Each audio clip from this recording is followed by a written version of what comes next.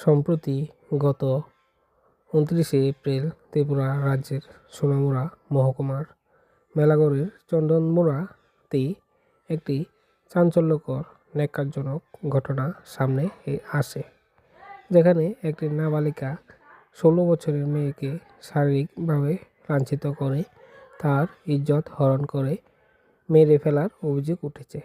আর অভিযোগ যার বিরুদ্ধে উঠেছে সে হলো নাবালিকার আপন দাদু, অর্থাৎ তার বাবার বাবা। আর এই বীভৎস ঘটনা ধামাচাপা দিতে সাহায্য করেছে তার আপন ঠাম্মা। যতটুকু জানা যায় যে মৃত নাবালিকার মা আগেই মারা গিয়েছিল। সে তার আপন দাদু ঠাম্মার কাছেই বড় হচ্ছিল। সে পড়ালেখা, নাচ সব বিষয়ে ঠিক ছিল। তার বাবা চেন্নাইয়ে কাজ করে। তার বাবা তার নাবালিকা মেয়েকে ওনার আপন মা বাবার কাছে রেখেই চেন্নাইয়ে কর্মসূত্রে থাকতেন। গত ২৯শে এপ্রিল ওনার কাছে ফোন যায় যে ওনার মেয়ে আত্মঘাতী হয়েছে, ও নিজ বাড়িতেই ঝুলে রয়েছে। উনি তড়িঘড়ি বাড়িতে আসেন। এতটুকু পর্যন্ত এটি একটি প্রেম সংক্রান্ত ঘটনা মনে হচ্ছিল। মিতার দাদু চাইছিল একে এইভাবে প্রেম সংক্রান্ত রূপ দিতে, কিন্তু ঘটনার মোড় বদলে যায় যখন মিতার একটি ফোনালাপ তার বান্ধবীর সাথে সামনে আসে, যেখানে সে তার দাদুর সম্পর্কে, তার দাদুর বিকৃত মানসিকতা সম্পর্কে তার বান্ধবীর সাথে কথা বলতে শোনা যাচ্ছে।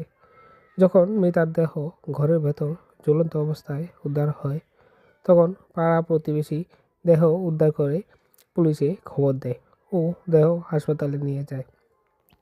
পুলিশ মৃতার দাদু ও ঠাম্মাকে আটক করে। পুলিশ ও জনতার চাপে মৃতার ঠাম্মা পরে স্বীকার করে যে তার দাদুই মৃতাকে ঘুমের ওষুধ দিয়ে কুকর্ম করে। ঘটনা জানাজানির ভয়ে তার দাদুই তাকে বালিশাপা দিয়ে হত্যা করে ঝুলিয়ে রাখে। মৃতার দাদুর বয়স ৬৯ বছর। তার একার পক্ষেই মৃতাকে ঝোলানো সম্ভব মনে হচ্ছে না। তাতে মৃতার ঠাম্মা কীভাবে সাহায্য করেছে তাও পুলিশ খতিয়ে দেখছে। এই ঘটনা সমাজে নারীর সুরক্ষা সম্পর্কে গভীর প্রশ্ন করে, যেখানে একজন নাবালিকা তার নিজের আপন আত্মীয়র কাছেই সুরক্ষিত নয়। নারীর সম্মানের লুণ্ঠনের অনেক ঘটনা সমাজের বিভিন্ন বিধিনিষেধ, সমাজের বিভিন্ন সম্পর্কের বেড়াজালে আটকে যায়, সবার সামনে আসে না। এসব ঘটনার সঠিক ও কঠোর বিচার হওয়া দরকার। যৌন হয়রানি সম্পর্কে স্কুলে, কলেজে, সমাজে বাচ্চা কিশোরীদের আরও সজাগ করে তুলতে হবে।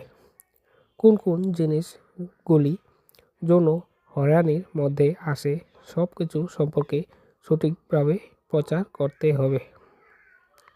আশা করি মৃতা নির্যাতিতা তার সঠিক বিচার পাবে, যদিও তার মৃত্যুর পরে।